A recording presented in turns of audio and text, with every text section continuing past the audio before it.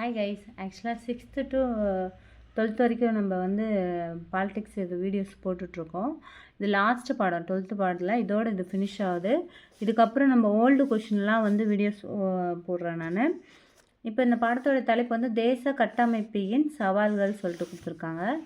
இப்போ first question என்ன சொல்லியிருக்காங்கன்னா, கிபி 200இல்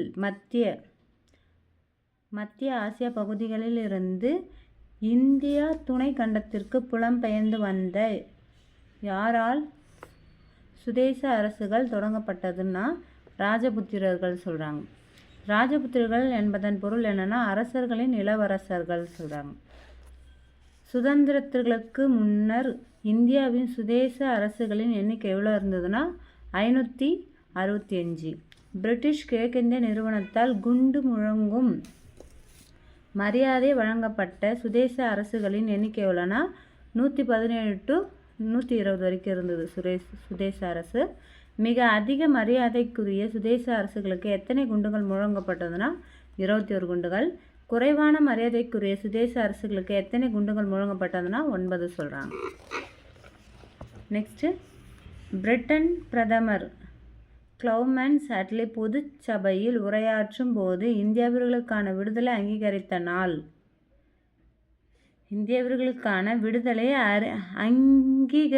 நாள் எந்த ஆண்டுனா 1946 மார்ச் 15.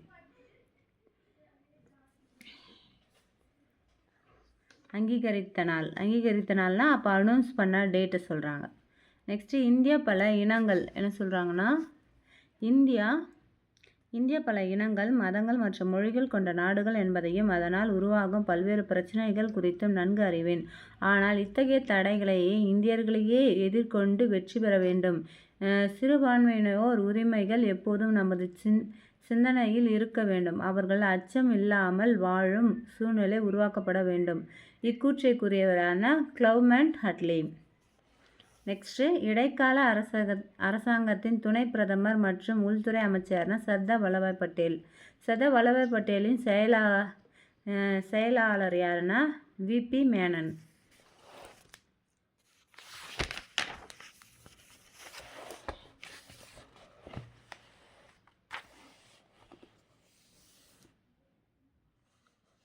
நெக்ஸ்ட் கொஸ்டின், டேஷ் நாளில் திவான் பூட்டோ ஜுனாகத் அரசு பாகிஸ்தானோடு இணைவதாக அறிவித்தார். இதனையே எதிர்த்து மக்கள் போராட்டம் நடத்தினர். திவான் தனது குடும்பத்தினருடன் பாகிஸ்தானியின் தலைநகர் கராச்சிக்கு தப்பிச் சென்றார். பின்பு நீண்ட போராட்டத்துக்கு பிறகு ஜுனாகத் இந்தியாவுடன் இணைந்தது. எப்போ அந்த நாள் அனௌன்ஸ் பண்ணார்னா 1947 ஆகஸ்ட் 15. நெக்ஸ்ட்டு, ஆயுதம் தாங்கிய என்ன சொல்கிறாங்கன்னா, ஆயுதம் தாங்கிய அமைப்பான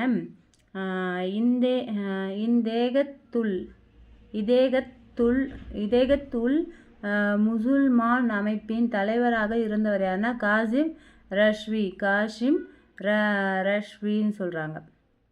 அகமதாபாத் இந்தியாவுடன் இணைந்த ஆண்டு எதுனா 1948 செப்டம்பர். நெக்ஸ்ட்டு, பூமி தானம் இயக்கத்தை தொடங்கியவர் யாருன்னா வினோபாவே தான் பூமி தானத்தை தொடங்கியவர்.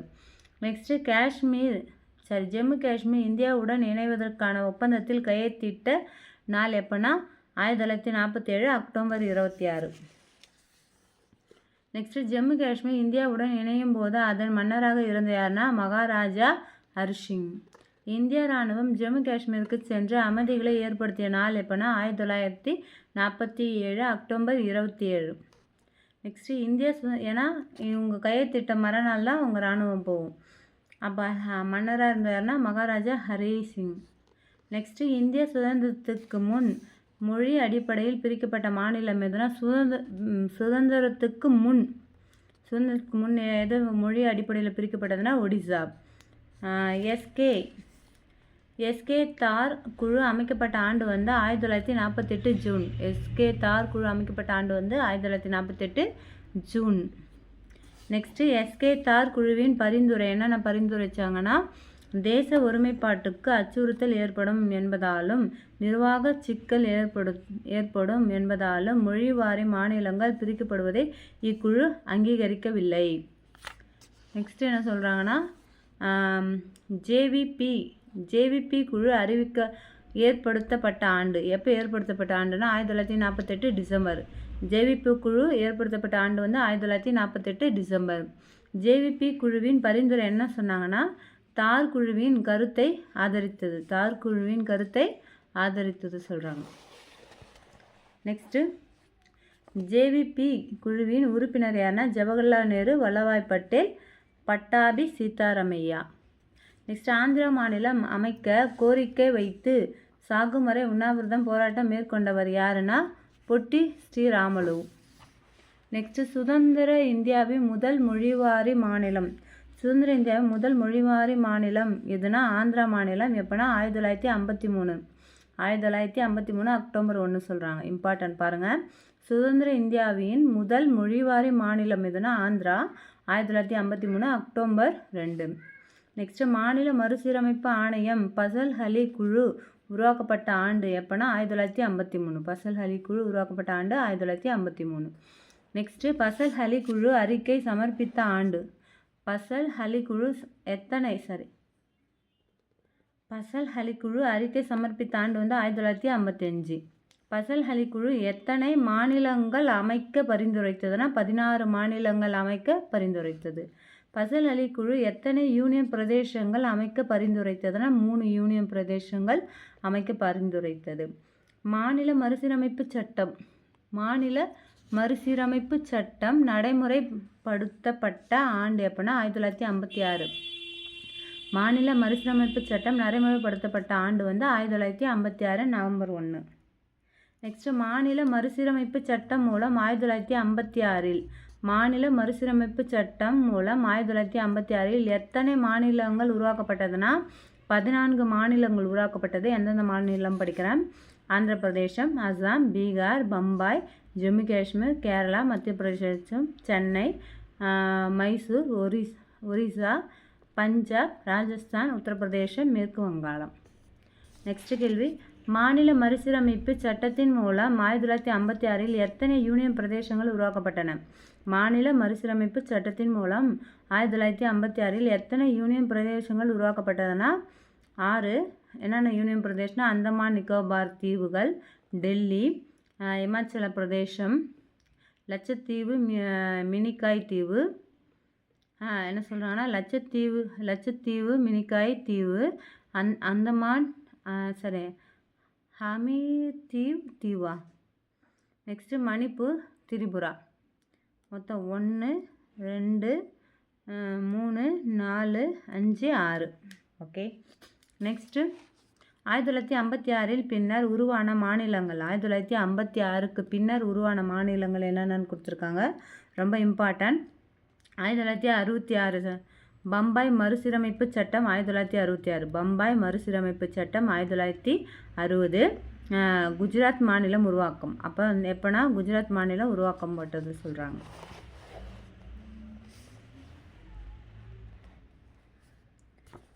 நாகாலாந்து மாநில சட்டம். நாகாலாந்து மாநில சட்டம் 1962. நாகாலாந்து மாநில சட்டம் 1962. நாகாலாந்து மாநிலம் அசாம் மாநிலத்தில் இருந்து பிரிக்கப்பட்டது சொல்கிறாங்க. நெக்ஸ்ட்டு பஞ்சாப் மறுசீரமைப்பு சட்டம். பஞ்சாப் மறுசீரமைப்பு சட்டம் 1966. ஹரியானா மாநிலம் உருவாக்கப்பட்டது சொல்கிறாங்க. நெக்ஸ்ட்டு புதிய இமாச்சல பிரதேசம் மாநில சட்டம். புதிய இமாச்சல பிரதேசம் மாநில சட்டம் 1970 சொல்கிறாங்க. நெக்ஸ்ட்டு வடகிழக்கு மாநில மறுசீரமைப்பு சட்டம். வடகிழக்கு மாநில மறுசீரமைப்பு சட்டம் 1971. என்னென்ன பிரிச்சிருக்காங்கன்னா மணிப்பூர், திரிபுரா, மேகாலயா, மிசோரம் மாநிலங்கள் உருவாக்கம், அருணாச்சல பிரதேசம், மிசோரம் ஆகிய யூனியன் பிரதேசங்கள் உருவாக்கம் சொல்கிறாங்க. அருணாச்சல பிரதேசமும் மிசோரமும் யூனியன் பிரதேசமாக உருவாக்கப்பட்டாங்க. மணிப்பூர், திரிபுரா, மேகாலயா, மிசோரம் வந்து மாநிலமாக உருவாக்கப்பட்டாங்க. மணிப்பூர், திரிபுரா, மேகாலயா, மிசோரம் மாநிலம் உருவாக்கப்பட்டாங்க. அருணாச்சலமும் மிசோரம் வந்து யூனியன் பிரதேசமாக உருவாக்கப்பட்டது சொல்கிறாங்க. எந்த ஆண்டுனா வடகிழக்கு மாநில மறுசீரமைப்பு சொல்லிட்டு 1971. நெக்ஸ்ட்டு சிக்கிம் மாநிலமாக வந்து சிக்கிம் மாநில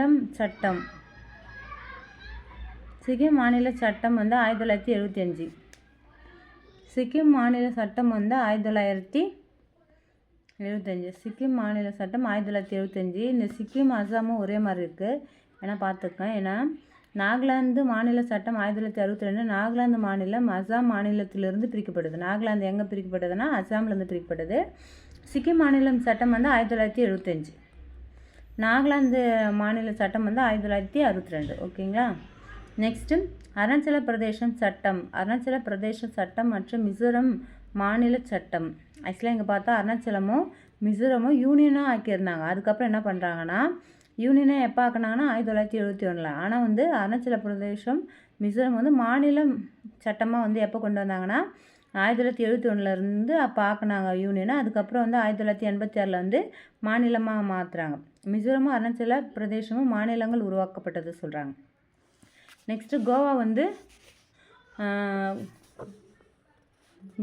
கோவா மாநில சட்டம் வந்து 1987 ஞாபகம் வச்சுக்கோங்க, 1987. நெக்ஸ்ட்டு மறுசீரமைப்பு சட்டம் 2000 சத்தீஸ்கர் மாநிலம் உருவாக்கப்பட்டது. மறுசீரமைப்பு சட்டத்து மூலயமா 2000 ஆண்டில் வந்து சத்தீஸ்கர் மாநிலம் உருவாக்கப்பட்டது சொல்கிறாங்க. நெக்ஸ்ட்டு மறுசீரமைப்பு சட்டம் 2000 வந்து உத்தரகாண்ட் மாநிலம் உருவாக்கப்பட்டது. அதே 3 சத்தீஸ்கர், உத்தரகாண்டு, ஜார்க்கண்ட், இது 3மே வந்து 2000 தான் சேஞ்ச் பண்ணியிருக்காங்க. சத்தீஸ்கர், உத்தரகாண்டு, ஜார்க்கண்டு. சத்தீஸ்கர் கீழே இருக்கும் இந்த பக்கம் ஆந்திரா சைடு, ஒரிசா பக்கத்தில். உத்தரகாண்டு மேலே இருக்கும் இமாச்சல பிரதேசத்தில். ஜார்க்கண்டு இந்த பக்கம் மேலே ஹரியானா கிட்ட இருக்கும். ஓகே. நெக்ஸ்ட்டு ஆந்திர பிரதேசம் மறுசீரமைப்பு சட்டம் 2014. ஆந்திர பிரதேசம் மறுசீரமைப்பு சட்டம் எப்போ வந்ததுன்னா 2014. இதான் லாஸ்ட்டு பார்த்துங்க. தெலுங்கானா மாநில உருவாக்கம் சொல்கிறாங்க. ஆந்திர பிரதேச மாநில சட்டத்தில் இருந்து 2014 தெலுங்கானா மாநில உருவாக்கம் பிரிக்கப்பட்டது சொல்கிறாங்க. நெக்ஸ்ட்டு கொஸ்டின் போவோம். 1950ஆம் ஆண்டு இந்திய அரசியலமைப்பில் அங்கீகரிக்கப்பட்டு இருந்த மொழிகள் எவ்வளோனா 14. தற்போது 2025 இந்திய அமைப்பில் அங்கீகரிக்கப்பட்ட மொழிகள் எவ்வளோனா 22. இந்திய எல்லைகள் மற்றும் மாநில எல்லைகள் மாற்றுவதற்கு அங்கீகாரம் கொண்டது எது கொண்டதுன்னா நாடாளுமன்றம் தான் அங்கீகாரம் கொண்டது. தேசம் என்று பொருள்படும் நேஷன் என்ற சொல் டேஷ் மொழியிலிருந்து வந்ததாகும்னா லத்தீன் மொழியிலேருந்து வந்தது சொல்கிறாங்க. நேஷன்னா லத்தீன், நேஷன்ற வேர்டு வந்து எங்கேருந்து எடுத்தாங்கன்னா லத்தீனில், அதை நம்ம தமிழில் வந்து தேசம் சொல்கிறோம். நெக்ஸ்ட்டு தேசமானது பொருளியல் வாழ்வு, மொழி மற்றும் நிலப்பரப்பு என பல அலகுகள் ஒருங்கே அமைக்கப்பட்டு தேசம் உருவாகியது. இக்கூற்றை கூறியவர் யாருன்னா ஹெர்னஸ்ட் ரெனான் என்ன கூறியிருக்காருன்னா என்ன கூறியிருக்காருன்னா தேசமானது பொருளியல் வாழ்வு, மொழி மற்றும் நிலப்பரப்பு என பல அலகுகள் ஒருங்கே அமைக்கப்பட்டு தேசம் உருவாகியது என்று இக்கூற்றை கூறியவர்னா ஹெர்னஸ்ட் ரெனான். நெக்ஸ்ட் கேள்வி. தேசம் என்பது ஒரு ஆன்மா, அது ஒரு ஆன்மீக கோட்பாடு. அதில் 2 விதமான அம்சங்கள் அடங்கியுள்ளது. ஒன்று கடந்த கால அம்சம், இன்னொன்று நிகழ்கால அம்சம் என்று கூறியவர் யாருன்னா ஹெர்னஸ்ட் ரெனாய்டு. இந்தியாவில் தாராளமயமாக்கல், தனியார் மயமாக்கல் மற்றும் உலகமயமாக்கல் அறிவிக்கப்பட்ட ஆண்டு வந்து 1991. 1991 தாராளமயம், தனியார் மயம், உலகமயம் அறிவிக்கப்பட்டது. நெக்ஸ்ட்டு வேளாண்மை துறை வளர்ச்சி விகிதம் வந்து 1996 to 1997 முதல் 2004 to 2005 டேஷ் சதவிகிதம் அதிகரித்ததுன்னா 1996 முதல் 1996 to 97 முதல் 2004 to 2005 வரை எத்தனை சதவிகிதம் அதிகரித்துள்ளதுன்னா 1.65% அதிகரித்து சொல்கிறாங்க. 1.65. நெக்ஸ்ட்டு இந்தியாவில் வாழும் மக்கள் என்ன சொல்கிறாங்கன்னா இந்தியாவில் வாழும் மக்களின் பெரும்பாலோர் நாள் ஒன்றுக்கு $1 கீழ் வருமானம் உள்ளவர்கள் என்று சுட்டி காட்டியவர் யாருன்னா டிட்டன் அப்புறம் டிட்டன் ட்ரேசி தான் வந்து சுட்டி காட்டியிருக்காங்க. $1 தான் அவங்களுக்கு வருமானம் இருக்குது சொல்லிட்டு. நெக்ஸ்ட்டு இந்தியர்களுக்கு. நெக்ஸ்ட்டு 1908ஆம் ஆண்டு சென்னை மாகாணத்தை உருவாக்கியவர் யாருன்னா வெள்ளலெஸ்லி பிரபு தான் வந்து சென்னை மாகாணத்தை உருவாக்குனார். எந்த ஆண்டுனா 1802. நெக்ஸ்ட்டு தென்னிந்திய நல உரிமை சங்கத்தை உருவாக்கியவார்னா டி. மாதவன், டி.எம். நாயர், தியாகராயர் உட்பட 30 பேர். தென்னிந்திய நல உரிமை சங்கத்தை உருவாக்கியவர்னா நீதி கட்சின்னு சொல்லுவாங்க. ஆக்சுவலாக இது டி. மாதவன், டி.எம். நாயர், தியாகராயர் உட்பட 30 பேர் தான் வந்து இது உருவாக்குனாங்க சொல்கிறாங்க. நெக்ஸ்ட்டு தென்னிந்திய நல உரிமை சங்கம் தொடங்கப்பட்ட ஆண்டு வந்து 1916 நவம்பர் 20. தென்னிந்திய நல உரிமை சங்கம் தொடங்கப்பட்ட ஆண்டு வந்து 1916 நவம்பர் 20. தென்னிந்திய நல உரிமை சங்கம் பிற்காலத்தில் எப்படி அழைக்கப்பட்டதுன்னா நீதி கட்சின்னு அழைக்கப்பட்டது. எப்போனா 1917 தொடங்கப்பட்டது. 1916 நவம்பர் 20. அது உருவாக்கியவர்கள் யாருன்னா டி. மாதவன், டி.எம். நாயர், தியாகராஜர் உட்பட 30 பேர். உருவாக்கப்பட்டது 1916 நவம்பர் 20. அது வந்து நீதி கட்சியாக மாற்றப்பட்ட ஆண்டு வந்து 1917. 1920ஆம் ஆண்டில் நடைபெற்ற சென்னை மாகாண தேர்தலில் போட்டியிட்டு ஆட்சி அமைத்த கட்சி எதுனா நீதி கட்சி. 1920 முதல் 1937 வரை நடைபெற்ற 5 சென்னை மாகாண தேர்தல்களில் எத்தனை முறை நீதி கட்சி வெற்றி பெற்றதுன்னா 4 முறை வெற்றி பெற்றது சொல்கிறாங்க. 1920 to 1930 தவிர. இந்த நடுவில் வந்து 1920 to 1930 தவிர சொல்கிறாங்க.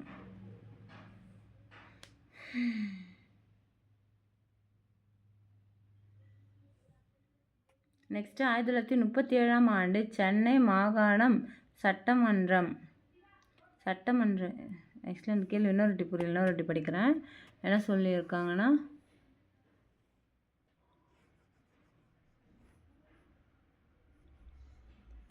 இன்னொரு வாட்டி படிக்கிறேன். 1920ஆம் ஆண்டு நடைபெற்ற சென்னை மாகாண தேர்தலில் போட்டியிட்டு ஆட்சி அமைத்த கட்சி எதுனா நீதி கட்சி. 1920 முதல் 1937 வரை நடைபெற்ற 5 சென்னை மாகாண தேர்தல்களில் எத்தனை முறை நீதி கட்சி எத்தனை முறை வென்றதுன்னு கேட்குறாங்க. எத்தனை முறை? 5 சென்னை 1920 முதல் 1937 வரை நடைபெற்ற 5 சென்னை மாகாண தேர்தல்களில் எத்தனை முறை நீதி கட்சி வெற்றி பெற்ற 4 முறை சொல்கிறாங்க. இந்த 1920 to 1930 தவிர வந்து அப்போ ஜெயிக்கலன்னு சொல்கிறாங்க. நெக்ஸ்ட்டு 1937ஆம் ஆண்டு 1937ஆம் ஆண்டு சென்னை மாகாண சட்டமன்ற தேர்தலில் வெற்றி பெற்ற கட்சி எதுனா இந்திய தேசிய காங்கிரஸ்.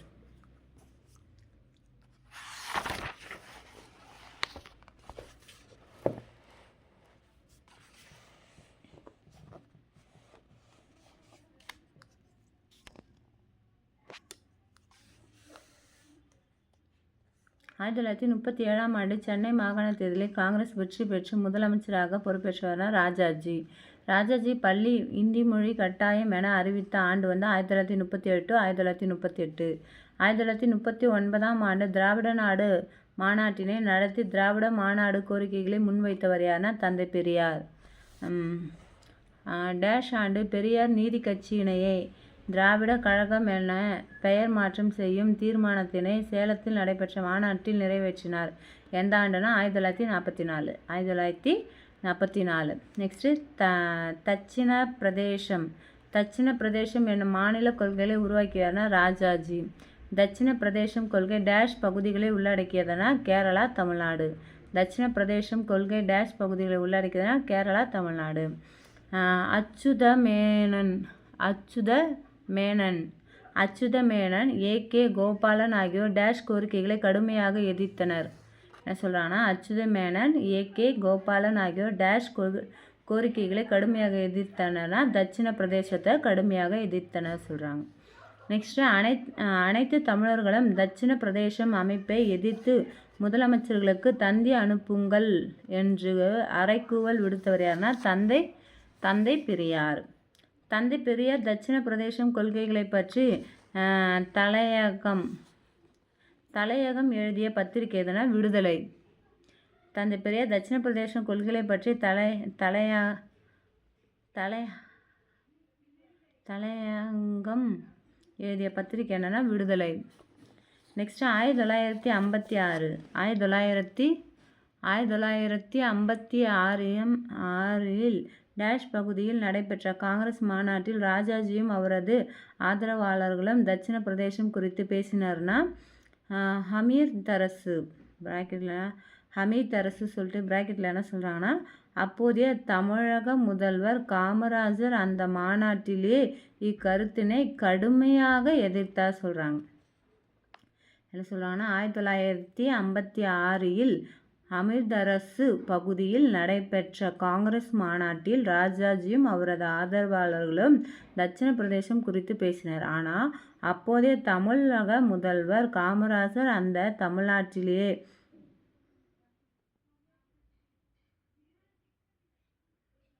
இந்த மாநாட்டிலே கருத்தினையை கடுமையாக எதிர்த்தார்.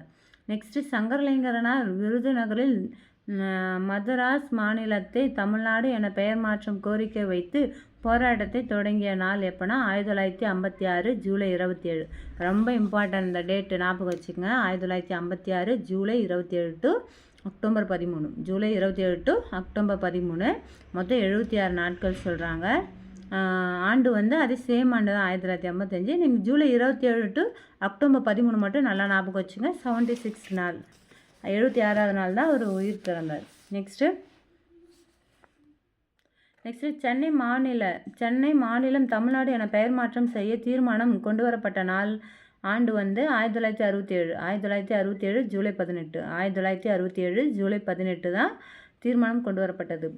சென்னை மாநிலம் தமிழ்நாடு என பெயர் மாற்றம் செய்து நடைமுறைப்படுத்தப்பட்ட ஆண்டு வந்து 1969 ஜனவரி 14. ஜூலை 18 1967 ஜூலை 18 தீர்மானம் கொண்டு வரப்படுறாங்க. 1969 ஜனவரி 14 வந்து அது நடைமுறைப்படுத்துகிறாங்க. நெக்ஸ்ட்டு தமிழ்நாடு நாள் வந்து நம்மளுக்கு ஜூலை 14. ஏன்னா அந்த தீர்மானம் கொண்டு வந்தாங்க இல்லையா, அந்த நாள் தான் வந்து நம்மளுக்கு தமிழ்நாடு நாள் சொல்கிறாங்க, ஜூலை 18. நெக்ஸ்ட்டு சென்னை மாநிலத்தை தமிழ்நாடு என்று பெயர் மாற்றம் செய்த முதல்வர் யாருன்னா அறிஞர் அண்ணாதுரை. நெக்ஸ்ட்டு புத்தக வினாக்கள் போவோம்.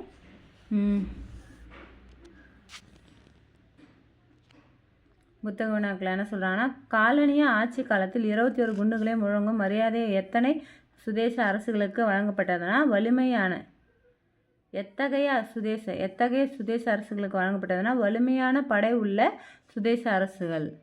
நெக்ஸ்ட்டு, இந்திய விடுதலைகளுக்கான போராட்டம் என்ற நூலியின் ஆசிரியரான பேராசிரியர் பிபி சந்திரா. இந்திய விடுதலைகளுக்கான போராட்டம் என்ற நூலின் ஆசிரியர் யாருன்னா பேராசிரியர் பிபி சந்திரா. மாநில மறுசீரமைப்பு சட்டம் 1956 படி கீழ்கண்ட மாநிலம் எவை மறுசீரமைக்கப்பட்டனர்னா ஆந்திர பிரதேசம், மேற்கு வங்காளம், மத்திய பிரதேசம், பீகார். நெக்ஸ்ட்டு, பெரியார் ஈவே ராமசாமியின் சுயமரியாதை இயக்கம் கீழ்கண்டவர்களை எதனை தூண்டியதுன்னா தமிழ் தேசியவாத விழிப்புணர்வை எழுப்பியது சொல்கிறாங்க. நெக்ஸ்ட்டு, மாநில அரசாங்கங்கள் அந்நிய அல்லது தனியார் முதலீட்டை நாட வேண்டிய காரணங்கள் யாவைன்னு கேட்குறாங்க. என்ன காரணம்னா ஒன்றுக்கும் மேற்பட்ட காரணங்களே ஆராய்க சொல்கிறாங்க. இது அனைத்தும் சொல்கிறாங்க. இது ஆக்சுவலாக புக்கில் பாருங்க ஒரு வாட்டி. நெக்ஸ்ட்டு, மாபெரும் எதிர்ப்பு இயக்கம் மற்றும் வன்முறை சம்பவங்களுக்கு பிறகு 1956 ஜவஹர்லால் நேரு மொழி அடிப்படையில் ஆந்திர பிரதேசம் தனி மாநிலமாக அறிவிக்க நிர்பந்திக்கப்பட்டார். அந்த நிகழ்வு எதுன்னு கேட்குறாங்க. பொட்டி ஸ்ரீராமுலு உண்ணாவிரதம். நெக்ஸ்ட்டு, லாஸ்ட் கொஷின், 1950ஆம் ஆண்டு எத்தனை மொழிகள் அங்கீகரிக்கப்பட்டதுன்னா 14 மொழிகள். அவ்வளோதான். ஓகே, ஞாபகமாக எல்லோரும் லைக் பண்ணுங்கள், சப்ஸ்கிரைப் பண்ணுங்கள். ரொம்ப தேங்க்ஸ் வீடியோ பார்த்ததுக்கு. பாய்.